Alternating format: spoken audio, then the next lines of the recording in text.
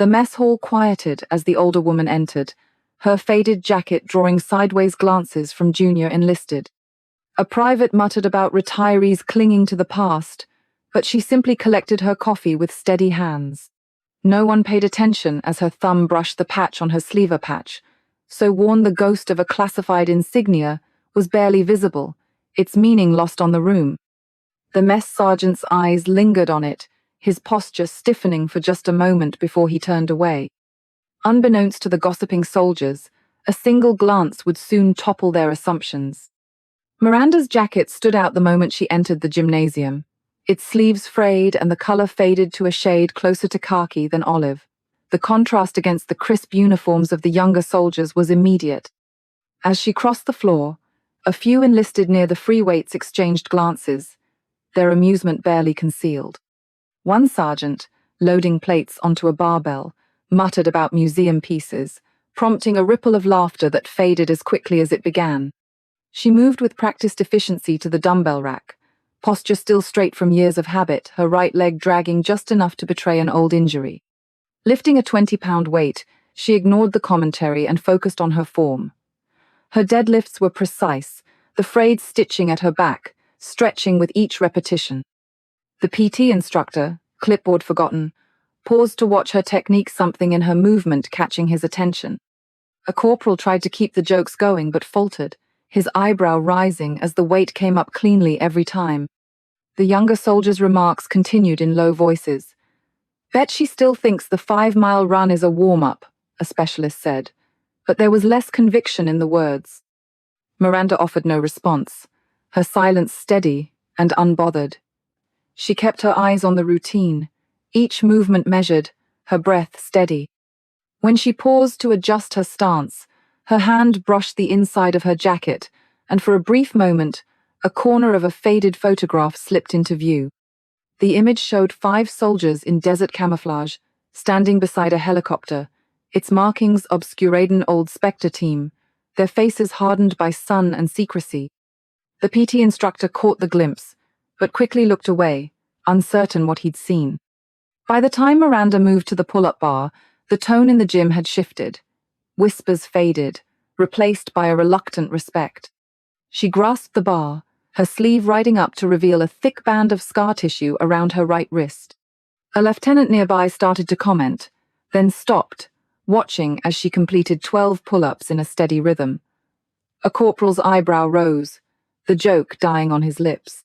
When the session ended, the group filed out, leaving Miranda alone with the equipment.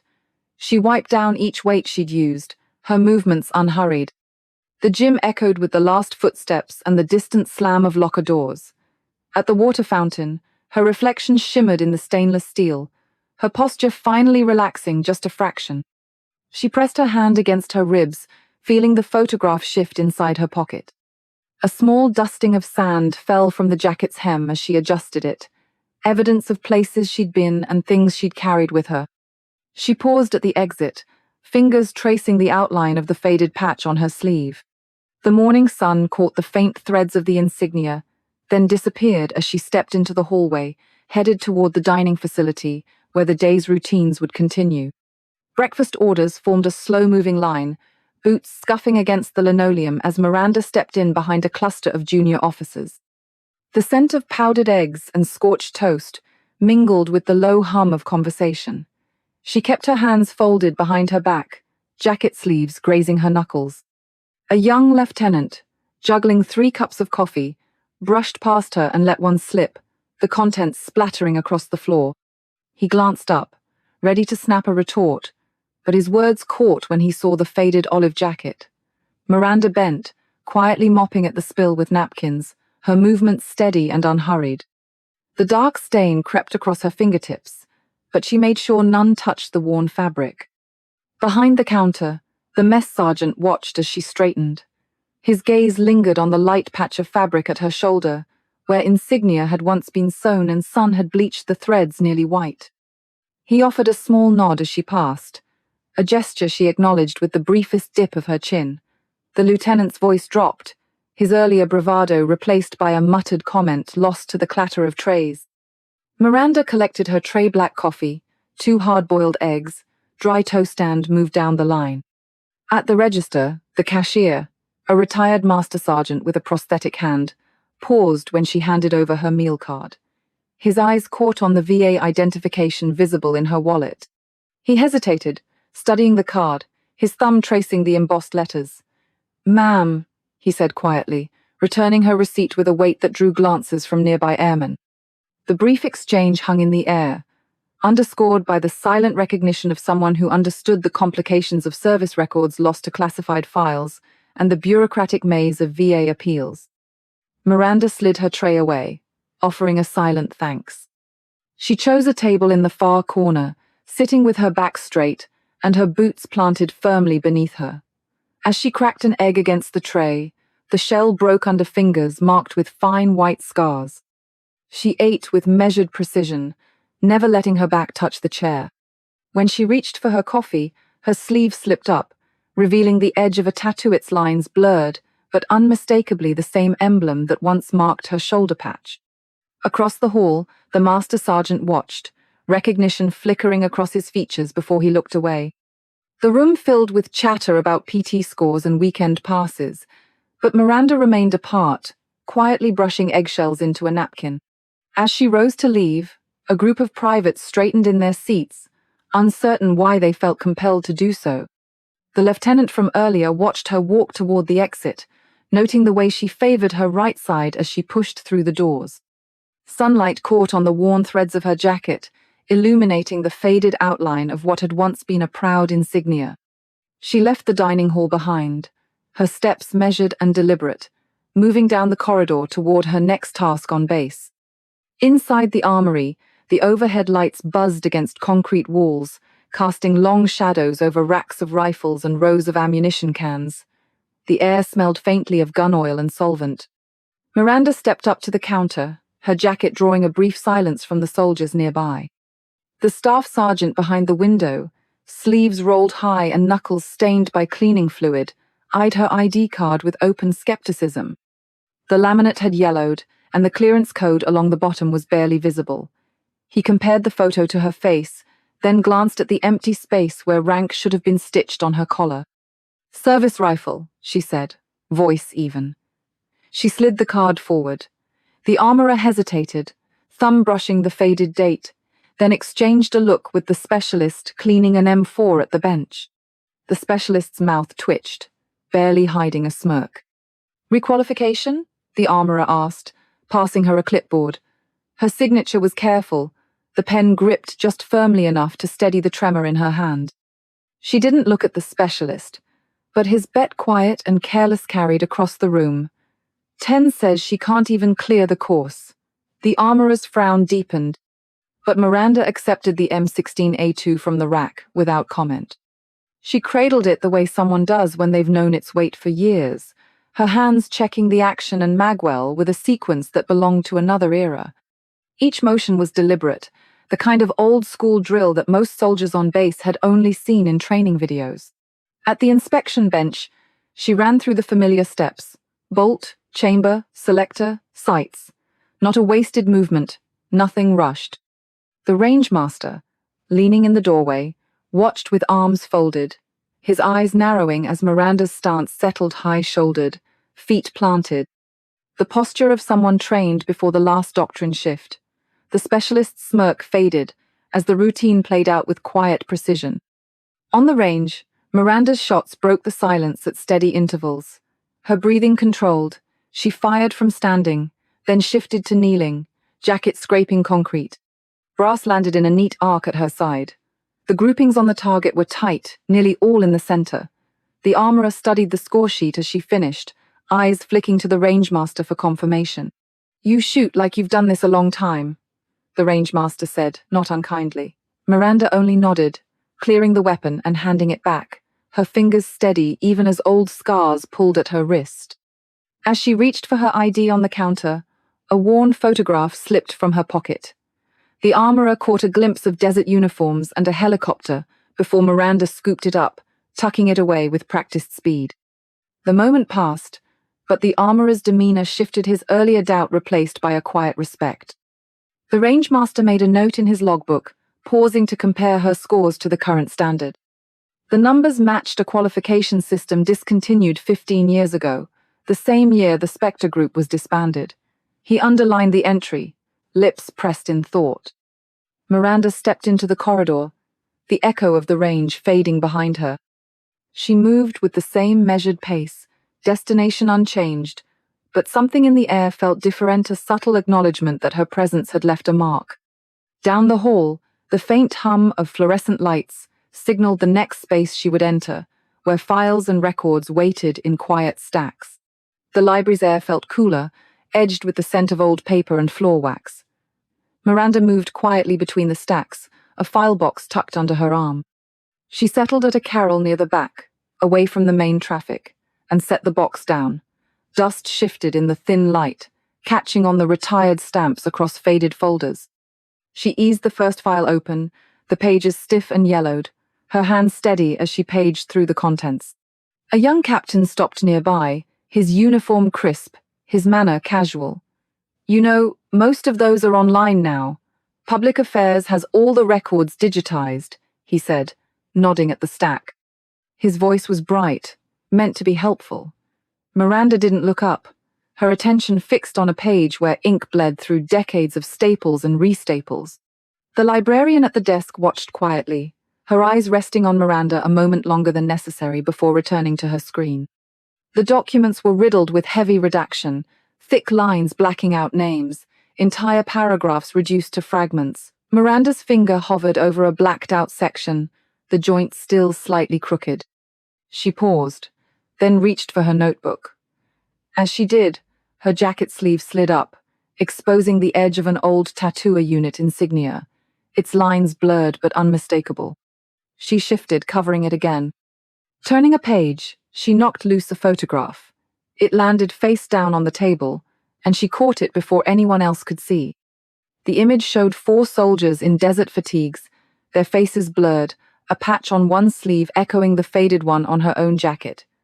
She tucked the photo back into her pocket, lips pressed thin. Her notes were methodical.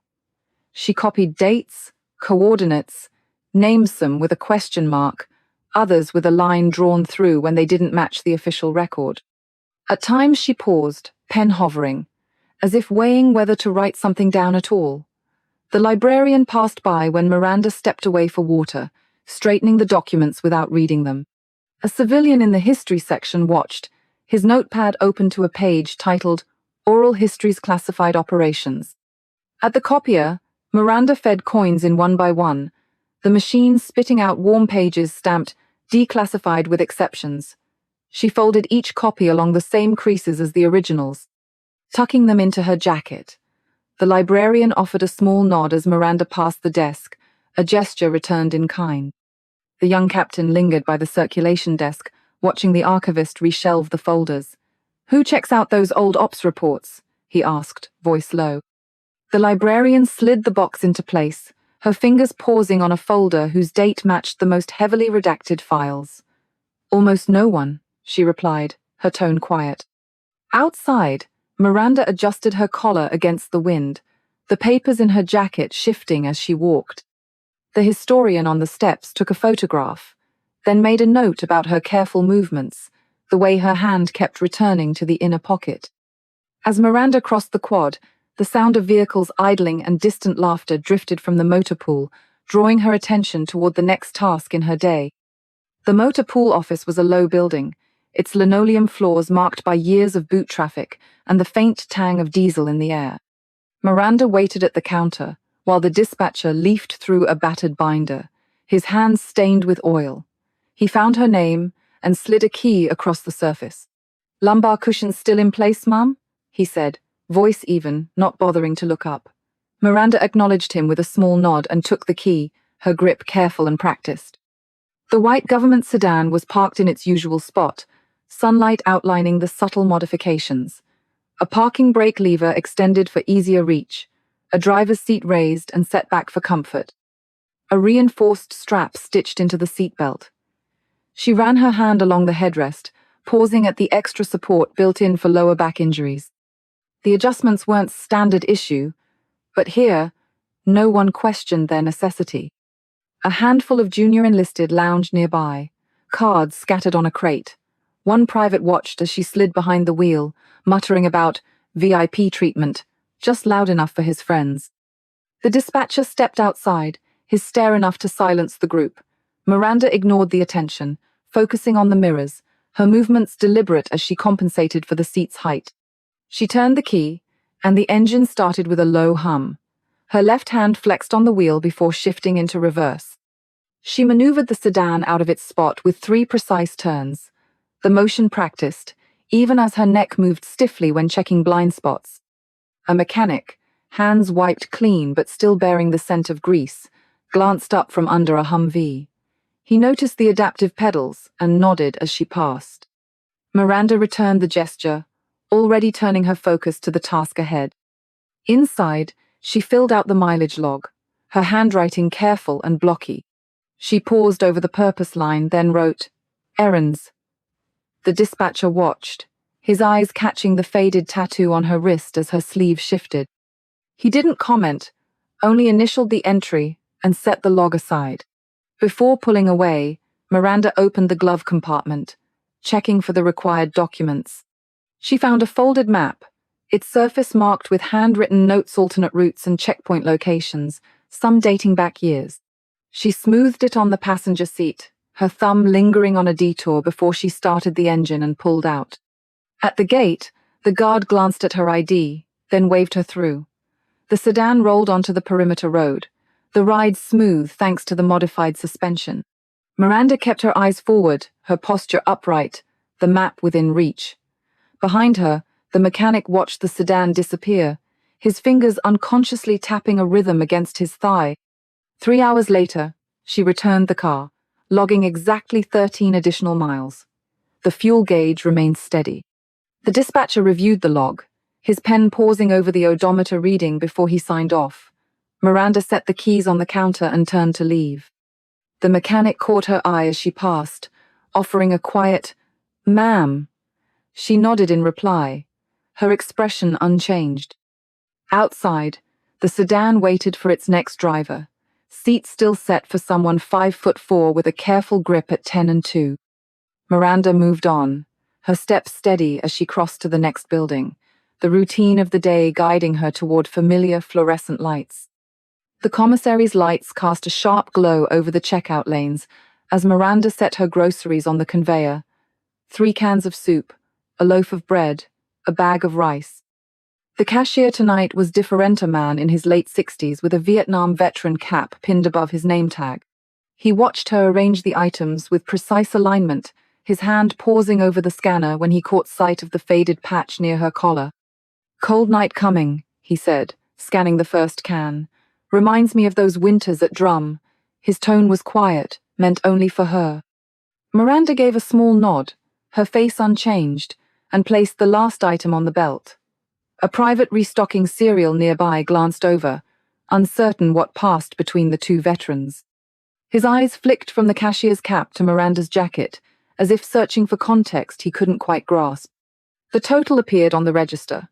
Miranda reached into her wallet, her movements careful, the stiffness in her right hand barely noticeable. She offered her ID, the VA emblem catching the fluorescent light. The cashier studied it, then gently waved it away. "No need, Mom." The private's eyebrows lifted at the respectful address, unused to hearing it directed at someone in civilian clothes. Miranda took the receipt, her pen moving in slow, deliberate arcs as she signed. She hesitated for a moment before folding the slip twice along worn creases, tucking it into her jacket pocket. The cashier slid her groceries across with practiced efficiency, then leaned in slightly. "Welcome home," he said, his voice almost lost under the hum of the lights. A lieutenant colonel at the next lane turned at those words. He studied Miranda's profile, eyes narrowing as if trying to place her. Miranda didn't react, focusing instead on packing her bag scans on the bottom, bread on top, each item placed with the same discipline she'd carried through every task that day. Her left hand trembled briefly under the weight, but she finished without pause. As she cinched the last bag, the colonel's expression shifted, recognition flickering across his face.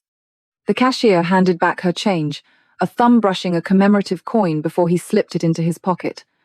The private stared openly now, but the lieutenant colonel's presence cut off any questions. The two men exchanged a brief look-on of understanding, the other of silent instruction. Miranda carried her groceries to the car, loading each bag with the same care she'd shown inside. She closed the trunk with a controlled motion. A streetlight flickered to life as she adjusted her collar, the glow catching the edges of her jacket. Inside, the cashier and colonel watched her cross the lot, their attention lingering until her taillights disappeared. The private finally spoke. "Why'd you call her Mom?" The colonel dropped a bill in the tip jar, silencing him with a look. At the end of the lane, Miranda's signature curled on the receipt, the strokes precise enough for those who knew what to look for. At home, she lined up her canned goods in the cabinet, labels facing forward, each slip of paper folded and filed. Outside, frost began to form on the windshield, echoing patterns she remembered from Barracks windows years before. The jacket hung by the door, its patches hidden in the shadows, the quiet of the commissary still echoing in the careful order of her kitchen. The night air carried the faint scent of lemon disinfectant from the barracks nearby, a reminder that the day's routines were not yet finished. Barracks inspection started just after sunset, the hallway lined with polished boots and the faint echo of orders from the day. Miranda moved quietly, her jacket at odds with the pressed uniforms around her, but her posture and bearing were unmistakable. First Sergeant Coulson paused mid-step, clipboard angled against his chest, eyes narrowing as he took in the faded patch and the way she carried herself. His inspection team, a mix of NCOs and junior soldiers, registered her presence with a ripple of curiosity. A private knelt by the baseboards, toothbrush in hand, gaze flicking between Coulson and the unfamiliar woman. Coulson resumed his routine, fingers gloved and precise as he checked for dust along the window ledge. "Wall lockers secured. Beds made with hospital corners," he said, voice steady but attention fixed on Miranda. His words were regulation, but the cadence softened, as if aware of another set of standards in the room. A corporal near the bunks whispered, "Who is she?" But the question trailed off as Coulson's stare cut through the chatter. The NCOs exchanged brief glances, silent recognition passing between those who understood the weight of history in a jacket's faded thread. At the entrance, a private bumped the guidon in his hurry to stand at attention. Miranda caught the flagpole before it could fall, her hand steady, motion instinctive. She righted the unit colors, the movement revealing scars along her wrist before the sleeve fell back into place. Coulson watched, pen hovering over his checklist, noting the small act without comment. The room held its breath, the only sound the soft creak of bed springs as soldiers shifted to stand straighter. A lieutenant entered, saluting Coulson out of habit. The first sergeant returned it, but his eyes stayed on Miranda as she adjusted the guidon, aligning it with a practiced touch. The lieutenant hesitated, then moved on, uncertain what he'd witnessed. "Old school," a specialist, muttered as he polished his boots, only to be silenced by a sharp look from his squad leader. Miranda didn't react, her attention on the flag, her presence a quiet standard for the room. Coulson made a note in his log, his handwriting slow and deliberate.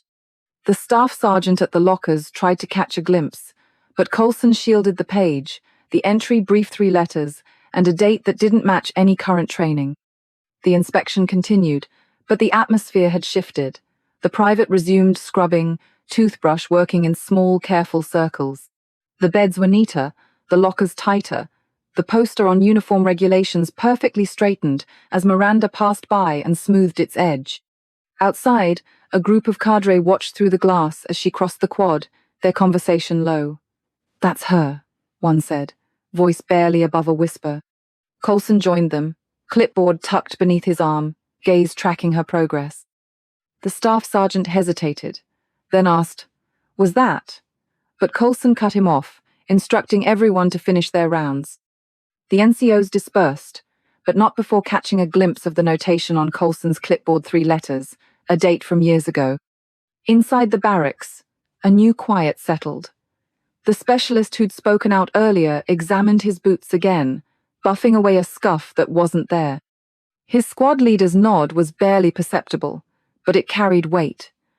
The guidon stood perfectly upright, cords aligned, and the poster hung level on the wall. As the inspection wrapped up, Coulson's pen tapped once more against his clipboard, the sound blending into the steady rhythm of the evening. In the distance, the faint ringing of bells signaled the close of another day on base, a subtle transition as routines gave way to the quiet of night. On Sunday morning, Miranda approached the base chapel, just as the first rays of sunlight slipped through the stained glass, casting faint colors onto the concrete steps. She entered quietly, her jacket brushing the doorframe, and paused in the entryway to collect a folded bulletin from the greeter's table. The chaplain, busy arranging hymnals at the altar, noticed her arrival and offered a nod that lingered longer than formality required. "Glad you're here," he said, voice low enough to carry but soft enough to keep the moment private. Miranda acknowledged him with a measured nod, slipping into a pew near the rear left columnar spot she'd chosen many times before, close to the aisle and with a clear view of both exits. She settled in, hands folded around the bulletin, and scanned the sanctuary. The pew bore the marks of years of use, grooves worn smooth where hands had rested.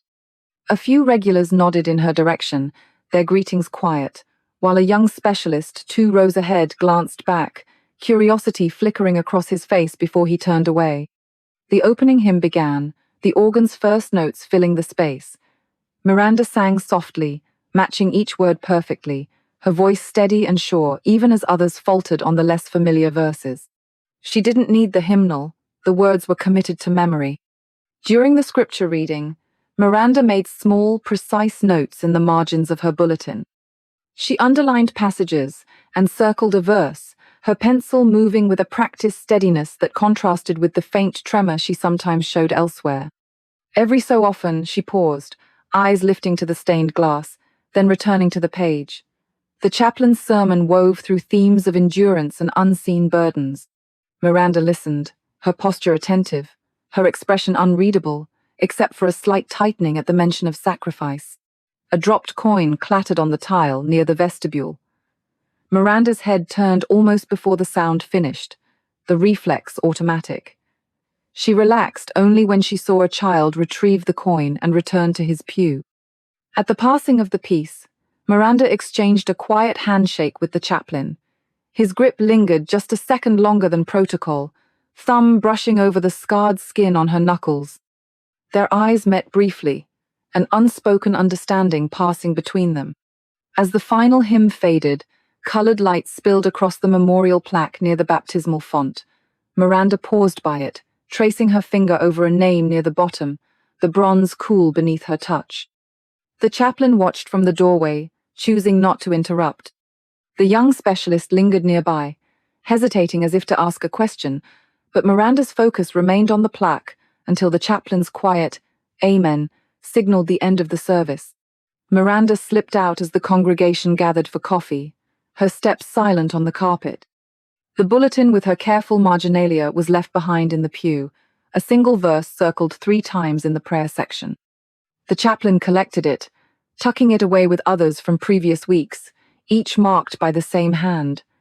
Outside, Miranda crossed the courtyard, the morning air brisk against her face. She kept her hand in her jacket pocket, fingertips brushing the edge of a worn photograph. The sound of distant voices and laughter drifted from the fellowship hall, but Miranda moved on, her presence leaving a quiet imprint in the chapel's emptying rows. The day continued, routines shifting as the sun rose higher. The base settled into its afternoon rhythm, and Miranda's path led her back toward the gymnasium, where the evening crowd would soon gather under the steady hum of fluorescent lights. Miranda entered the gym as the evening crowd settled into their routines, overhead lights reflecting off polished floors and metal racks. The fitness monitor glanced up from his clipboard, making a quiet note as she moved past the squat racks and toward the free weights. She adjusted the incline bench to a precise angle, her movements deliberate, and loaded plates with both hands steady, despite a faint tremor in her left wrist. The regulars noticed her choicer skipping the standard bench press, setting the safety bars with practiced care. A young lieutenant leaned toward his lifting partner, voice low but carrying. "She's back at it again. Bet she can't finish a set." His words hung in the air, drawing a sideways glance from the fitness monitor. Miranda ignored the comment, lying back on the bench and gripping the bar with textbook form.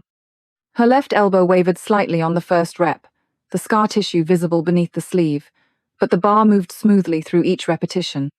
She finished 12 flawless presses, exhaling evenly, then racked the weight without fanfare. Across the room, a retiree in a faded unit t-shirt paused his set, watching Miranda's form. Their eyes met, and he offered a small nod gesture of quiet respect that went unnoticed by most but meant everything to those who understood. Miranda nodded back, then moved to the cable machine, lowering the pulley to a setting few others used. The lieutenant smirked at the lighter weight she chose, but his expression changed as he watched her execute a modified lateral raise, each movement controlled and precise. The cable barely made a sound as it moved, her adaptation for an old shoulder injury visible in the careful angle of her arm. The fitness monitor observed, pen hovering over the conditioning log. He made a note in the margin, something about modified protocol combat injury, before returning to his rounds. In the mirror, Miranda caught the retiree mimicking her stance, adjusting his own form to match her adaptation. She offered no acknowledgement but moved to the squat rack, checking each pin before loading the bar.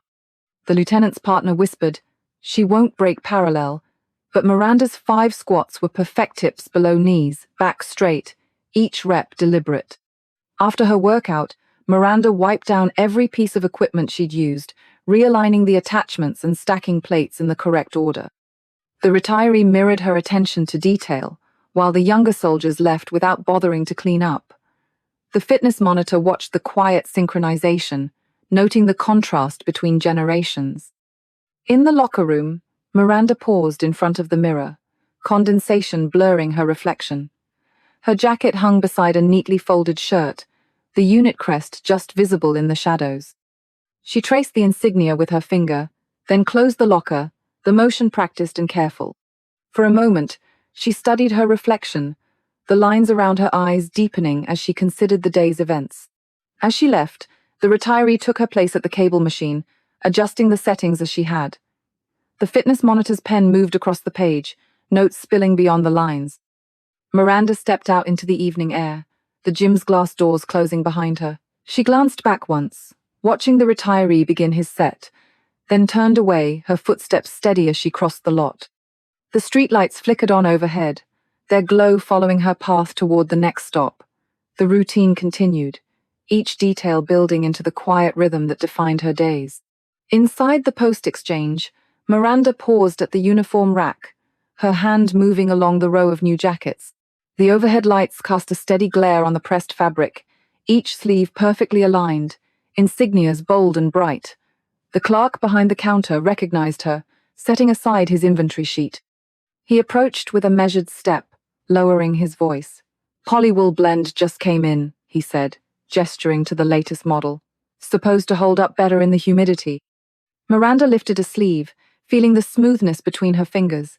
The new material was lighter, the weave tighter than the coarse threads of her own jacket. She compared the updated insignia, its stitching precise and raised, to the faded patch on her shoulder. Nearby, a specialist in digital camo nudged his friend, murmuring about antique jackets and trading in the past. The clerk's jaw tightened, but Miranda's expression didn't shift. She turned the jacket over, checking the reinforced elbows and the Velcro name tape, her hand flexing unconsciously as she considered how her fingers would manage the new fasteners. A retiree lingered by the medals display, his eyes tracing the exchange. He wore a jacket, a decade out of date, but its insignia was still crisp. When Miranda glanced up, their eyes met briefly. The recognition in his gaze was quiet but unmistakable. She returned her attention to the jacket, examining the seams and the stitching at the cuffs. The clerk watched in silence, then offered, "Want to try it on?" He reached for a size tag, but Miranda shook her head, hanging the sample back with deliberate care. Her fingertips rested on the embroidered branch insignia, brushing the threads in a motion that suggested memory more than inspection. The clerk hesitated, then said, "We could order the older style. Takes a while, But it's still possible. His voice dropped, as if sharing a secret. The specialist wandered off to the boot section, his earlier jokes fading into the background. The retiree moved closer, blocking the view from the register. He selected a jacket, holding it up against his own, running his finger along the collar's edge. "Doesn't feel the same," he murmured, more to himself than anyone else. Miranda nodded once, her hand drifting to the worn insignia on her own sleeve. The clerk reached under the counter and produced a spool of gold thread, nearly matching the original patch color. "Could restitch that for you," he offered, voice low. She declined both the thread and the new jacket, her thanks given with a slight dip of her chin. She brushed her palm across the rack one last time before turning toward the exit, her touch lingering on the fabric. The retiree watched her go, then spoke quietly to the clerk, who nodded and returned the thread to its drawer. The specialist and his friend left, their laughter echoing for a moment before the door swung shut. Miranda stepped out into the evening, the streetlights flickering on as she crossed the parking lot. She paused by the window, adjusting her collar, her reflection fractured in the glass. Inside, the clerk and retiree watched her silhouette, framed by rows of uniforms that would never carry the same weight. A breeze caught a loose thread on her sleeve, and she tucked it back into place, the gesture automatic. As she reached her car, the distant sound of footsteps echoed from the corridor behind the PX, signaling another presence moving with purpose through the base. The colonel's stride was purposeful, as he navigated the corridor outside the personnel office, his aide trailing behind with a tablet balanced against a cup of coffee. When he rounded a corner, he nearly collided with Miranda, who stood quietly just beyond the line of traffic. Her hand rose in a salute, the angle exact, her posture unwavering despite the stiffness in her shoulder. The colonel stopped short, returning her salute with a measured precision that suggested both habit and surprise. His eyes lingered on the faded patch at her collar before he spoke. "Ma'am," he said, the words slipping out before formality caught up. His aide's gaze flickered between them, uncertain. The colonel's attention shifted to her left sleeve, noting the absence where rank should have been, then back to her face. "Didn't know you were still on post." His voice was quieter now, edged with something like respect. Miranda lowered her hand, her reply even and unhurried. "Just passing through, sir." The words carried the calm certainty of someone accustomed to moving unnoticed. A captain waiting outside the personnel office watched the exchange, brow furrowed at the colonel's unexpected pause. The colonel reached into his breast pocket and produced a battered green notebook. He thumbed through pages dense with notes until he found a blank space near the back. "Your input on the Kosovo files was unexpectedly helpful," he said, pen hovering. The aide leaned in, trying to catch the details, but the colonel's voice dropped lower. Miranda's only reaction was a slight tightening at the corner of her mouth. "Those records are declassified now," she replied, adjusting the strap of her bag. The movement tugged her sleeve up, revealing a pale scar circling her wrist. The colonel jotted down a few numbers, none matching current formats, then closed the notebook with a quiet snap. He stepped aside, clearing her path with a formality that drew glances from those nearby. His aide started to speak, but the colonel silenced him with a look. The captain at the office door watched as Miranda moved away, her steps measured and deliberate, the encounter leaving a ripple of speculation in its wake. The colonel remained in place for a moment, gaze following her until she disappeared around a corner. Then, with a sharp exhale, he tucked the notebook away and resumed his pace toward the office. His aide hurried after, nearly dropping the tablet. "Sir, who was?" he began, but the colonel cut him off. "Pull the 2005 supply logs for Taji. Cross-check with medical transfers." The aide nodded, scribbling notes as they moved on. By midday, the story had begun to circulate in quiet fragments. A master sergeant in the DFAC line repeated something he'd heard from the motor pool about a visitor with an old jacket and a salute that made the colonel pause. Two specialists near the PX whispered about records someone was trying to access. The commissary cashier noticed a few extra meal credits on his tape, the authorization code unfamiliar but old. In the personnel office, the captain searched for records, only to find them locked behind access codes he didn't recognize. That afternoon, The colonel met with the base historian, voices low behind a closed door. The conversation was punctuated by the sound of pages turning paper, not digital. Outside, the captain lingered near the office, his curiosity growing as the colonel's requests grew more specific. At retreat formation, the first sergeant paused over a name on the roster that no one remembered seeing that morning. The guidon-bearer shifted, glancing toward the barracks where someone had reported an old jacket in a vacant locker. As the bugle's last notes faded, the colonel stepped out of headquarters, his eyes scanning the formation before settling on a solitary figure crossing the lot. He offered a crisp salute, holding it just a beat longer than required. No one commented, but the posture of the entire formation straightened in response. By lights out, the only official trace of the day's events was a handwritten entry in the colonel's notebook, 11 digits that matched no known service number, and a set of coordinates from a base decommissioned years ago. The page slipped between after-action reports and commendations, a quiet acknowledgement that something had shifted. As night settled across the base, the routines continued, but an undercurrent of attention lingered. The next morning would bring new faces and new questions, the quiet order of headquarters waiting for the next arrival. General Harris entered the commissary just after 900, his uniform immaculate, every detail of his bearing unmistakable. He moved with the practiced confidence of someone long accustomed to command, his focus initially on a sheaf of documents in his hand. Aides followed in a loose formation, their attention divided between digital tablets and the general's clipped instructions. The low hum of conversation in the commissary faded as he paused near the entrance, his gaze catching on Miranda standing quietly by the end cap of the soup aisle. The faded patch on her jacket drew his eyes, and for a moment, his posture changed rigid, attentive, the command presence replaced by something more personal. The aides, oblivious at first, continued forward until they realized the general had stopped. Their confusion was brief, replaced by a hush as the general handed his documents to the nearest aide without a word. The ambient noise of the commissary seemed to recede further, each movement and whisper stilled by the gravity of the moment. General Harris stepped forward, and in a gesture rarely seen outside formal ceremony, snapped to attention and rendered a perfect salute. The action drew stares from every corner of the room. The lieutenants who had been whispering earlier fell silent, their expressions shifting as they registered the significance of the salute. Miranda's response was immediate and precise.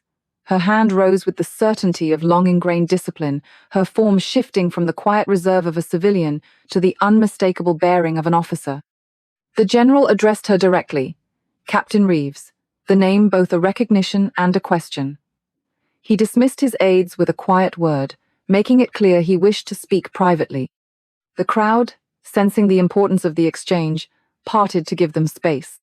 General Harris spoke without preamble. "It was your unit that got us out," he said, his voice low, gesturing to the faded insignia on Miranda's jacket. "That patch hasn't been authorized for wear since the unit disbanded." He recounted the operation her team's creation of the extraction corridor, the lives saved, his own among them. His question, "How many of you made it home from that operation, Captain?" hung in the air, heavy with memory. Miranda answered quietly, and the general's eyes tightened at the corners, absorbing the cost. He invited Miranda to join him for coffee at the Commissary Cafe, and as they walked, the crowd stepped aside in silent acknowledgement. The lieutenants who had mocked her earlier now stood rigid, mortification clear on their faces. At the table, General Harris leaned forward, voice intent. "I've often wondered what happened to your team after the debriefing." He reached for his phone, issuing a direct order for the immediate declassification of Spectre Group personnel records, his tone brooking no argument. "Some forms of gratitude shouldn't remain classified," he said, making clear his intent to set things right. The lieutenants approached, faces flushed, asking permission to speak. The taller one offered a halting apology for their earlier disrespect. General Harris let the moment linger, then observed, "A lesson worth learning early in your careers." The customer service supervisor, who had previously dismissed Miranda's concerns, now approached with nervous deference. The general assured her, "We'll be resolving Captain Reeves's documentation issues at a higher level today." Throughout the commissary, the air shifted a new awareness, replacing old assumptions. The general staff watched from a distance, the moment settling over the room like a new protocol. When the conversation ended, Miranda rose, her routine unchanged, but the eyes that followed her now held a different kind of attention. As she made her way toward the exit, the general remained at the table, pen poised over a notepad, already drafting the first of several orders. Outside, the day continued, but the base itself felt altered.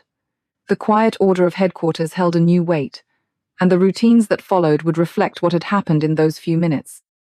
Around Fort Braxton, routines seemed unchanged on the surface, but the tone shifted in small, noticeable ways. In the mess hall, soldiers who once whispered and rolled their eyes now stepped aside as Captain Reeves approached the line. The same cashier who had fumbled her coffee days before handed it over with steady hands, careful not to spill a drop. Salutes from senior NCOs came with a new crispness, the gesture carrying a respect that lingered just a fraction longer than regulation required. Reeves's habits were unchanged: eggs, toast, her usual seat in the corner, but the air was different. The lieutenant who had made jokes about her jacket now avoided her gaze, posture straighter, breakfast untouched until she passed. At a nearby table, a master sergeant quietly pointed out Reeves's restored patch to a junior NCO, a silent lesson exchanged without a word. The younger soldier's eyes widened, spoon paused halfway to his mouth, as if seeing her for the first time. Outside, the shift was just as clear. Officers paused in conversation when she crossed the quad, and mechanics at the motor pool watched her check out a sedan in silence, their usual banter absent. The dispatcher, who once double-checked her paperwork, now handed over the keys without hesitation, both hands extended in a small show of deference. In the commissary aisles, whispers followed her recognition, replacing old rumors. A specialist nudged his friend, murmuring, "That's her," while the cashier's welcome home drew glances from others in line. An older retiree near the dairy section offered a nod, the kind reserved for those who recognize a shared history. The library, once a place where Reeves could disappear into the stacks, became less anonymous. Officers lingered near the reference desk, watching as she paged through declassified files. The librarian, alert to the new attention, intercepted a corporal who hovered too close, her pointed cough a gentle warning. When Reeves dropped a photograph, 3 patrons noticed how quickly she retrieved it, but no one said a word. In the armory, the rangemaster observed her drills with a new attentiveness, and the specialist who had doubted her skill now watched in silence, his skepticism gone. Each click of the safety, each step of the clearing drill, drew nods from the NCOs on duty. The armorer processed her paperwork without question, his signature smooth, the odd qualification codes left unremarked. Evening PT in the gym revealed the most visible change. The usual background noise faded as Reeves moved through her sets. The retiree who had mirrored her exercises now worked out beside her, their routines quietly aligned. The lieutenant who had once doubted her form watched from across the room, arms crossed, respect evident in his silence. During Barracks inspection, First Sergeant Coulson's critiques were less sharp, his focus shifting from minor infractions to the presence of Reeves herself. As she passed, junior NCOs snapped to attention, their posture rigid until she was out of sight. The guidon stood perfectly straight, colors aligned, no longer disturbed by careless hands. By evening, rumors had settled into a kind of consensus. Clerks in supply compared notes about old requisitions suddenly fulfilled. The VA representative stayed late, her screen glowing with files that now cleared without resistance. A new plaque appeared near the barracks entrance, its inscription brief but unmistakable, a recognition of service that needed no further explanation. Reeves ate alone as always, her movements unhurried, jacket's patch now restored and visible. Outside, the sun dipped behind the barracks, light catching on the fresh paint of the general's reserved parking space. A sentry at the gate offered a salute sharp, confident, no longer uncertain. Across the quad, a mechanic tuned a radio, static and distant voices drifting from the motor pool. The base's daily rhythm continued, but something essential had shifted. Soldiers moved with a new awareness, conversations softened, and the weight of unspoken stories settled into the background. As Reeves walked back to her quarters, the path ahead felt changed familiar, yet carrying the quiet expectation that something important was about to happen. The call for all personnel to assemble at the parade ground came without warning, the announcement clear and direct over the PA system. Miranda paused outside the commissary, grocery bag in hand, as soldiers around her exchanged uncertain glances and fell into line. She hesitated at the edge of the crowd, the weight of her restored jacket settling on her shoulders, until a staff sergeant approached with a quiet nod, guiding her toward the gathering. Rows of uniforms filled the parade ground, the air taut with anticipation. Miranda stood at the back, slightly apart, unnoticed except for a few sidelong glances. The general appeared on the reviewing stand, his aides in tow carrying a flat black case. His gaze swept the assembled ranks and paused when he found Miranda, a flicker of recognition passing over his features. The lieutenant who had once laughed at her jacket shifted uneasily in formation, eyes following the general's attention. A private first class approached Miranda, carrying a garment bag with careful reverence. Inside was her original jacket, now restored the patch freshly stitched, its design sharp under the midday sun. The pocket where she kept her photograph had been mended, the seams tight once more. She slipped it on, the familiar weight settling into place, and took her position as the ceremony began. The general's address was measured and factual. He listed operations by date and coordinate, missions that never made it into the official record. Each name, each location, landed quietly, but the effect rippled through the crowd. The soldiers who had doubted her listened in silence as the general described actions that had gone unseen and sacrifices made in the dark. The lieutenant who had spilled coffee weeks before stood rigid, his posture tense as the general recounted the rescue at a forward operating base. The private who'd joked about museum pieces lowered his head, the reality of those numbers settling in. At parade rest, Miranda stepped forward to receive her citation. The general opened the case, his hands not quite steady, and lifted the medalla piece whose ribbon was faded, but whose engraving now shone. He pinned it to her jacket, his knuckles brushing the new stitching, and offered a salute. Miranda returned it, her hand rising with the same precision she'd shown for decades. The moment stretched, the crowd silent, every eye fixed on the exchange. When the ceremony ended, Miranda left the field quietly, her steps measured as she crossed the grass. The ranks parted for her, respect replacing the old curiosity. At the edge of the parade ground, the lieutenant who had once doubted her wiped his face, and the rangemaster at the armory door stood at attention until she was gone. Back in her quarters, Miranda found the guidon placed perfectly in its stand, the cords arranged with care. The first sergeant's clipboard bore a new note just, 3 words, simple and direct. At the commissary the next morning, the cashier handed over her coffee without a word, eyes dropping briefly to the outline left by the medal now removed from her jacket. She had left it with the base historian, along with the photograph, ensuring her team's faces would finally be accounted for. Outside, the daily rhythm of the base continued. A group of privates jogged past, one offering a salute as crisp as any she'd received. Miranda returned it without hesitation, her fingers brushing the restored patch. The parade ground was empty now, save for the faint impression of footprints in the grasser quiet mark left behind, evidence that something important had finally been seen. Recognition, when it finally arrived, did more than honor Miranda Reeves. It changed the meaning of her service. Years spent in silence and uncertainty gave way to something tangible. Her restored patch, the presidential unit citation, and a place in the base museum. The jacket, once a mark of isolation, became a symbol of endurance and the unseen sacrifices made by those who serve in the shadows. Miranda's story is not unique. Many veterans carry histories that cannot be shared, their contributions tucked away behind classified files. Honoring their legacy means more than a ceremony. It means acknowledging the cost and ensuring their stories are not lost to time.